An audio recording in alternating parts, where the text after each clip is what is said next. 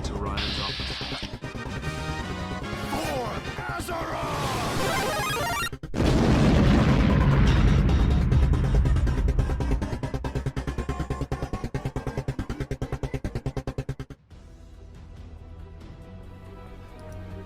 So first off, the Final Fantasy Online story has caught me off guard. The characters and the narrative have no right to be this engaging and moving. And it's a slow burn for sure, but all the better for it. And don't get me wrong, World of Warcraft is full of deep lore, but if you don't read the books or any of the accompanying materials and just use the in-game text, you can only really see the depth from the surface. In Final Fantasy Online or Final Fantasy XIV, there's a main story quest and it's set up in such a way that you reach those depths. You create and live in those relationships between the characters. The best way that I can describe it is reading an outstanding book. Chapter after chapter, you don't want to put it down. And here's really what separates this from World of Warcraft. For 14 years in World of Warcraft, the drive was progression. It was simple. Get to the next thing so I can get the better thing. And even when I started new characters, I'd promised myself to read all the quest texts and to immerse myself. But it's not set up that way. WoW knows it's a carrot on a stick, and the story is adjacent. While playing Final Fantasy XIV, there was no point that I was in a hurry to push on. The cutscenes, with and without voice acting, the facial expressions, they all meant something. Now I'm only 2/3 of the way through the second expansion and things may change, but I haven't skipped a single line.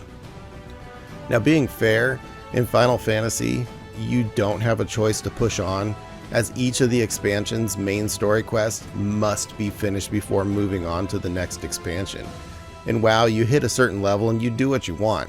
Now this might turn off speed rushers, as at the end of the initial launch, which is A Realm Reborn, there's almost 100 main story quest lines that bridge the gap between expansions.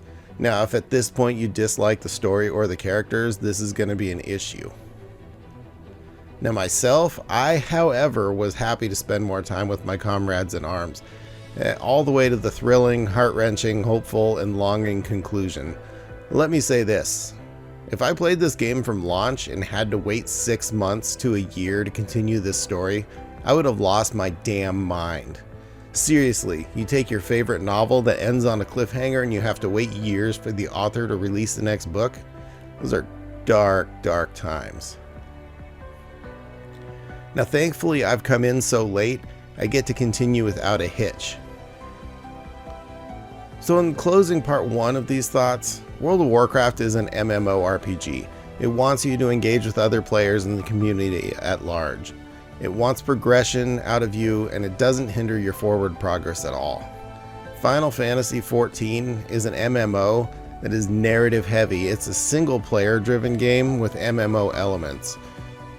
It is in a sense like every other Final Fantasy game. It's big on story and character development. In the next couple parts, we'll touch more on the graphics, the music, combat, crafting, raids, everything else. But for now, I just wanted to focus on the story and how compelling and important it is to Final Fantasy Online as a game and as an experience. So thanks for stopping in, and we'll catch up on part 2 pretty soon.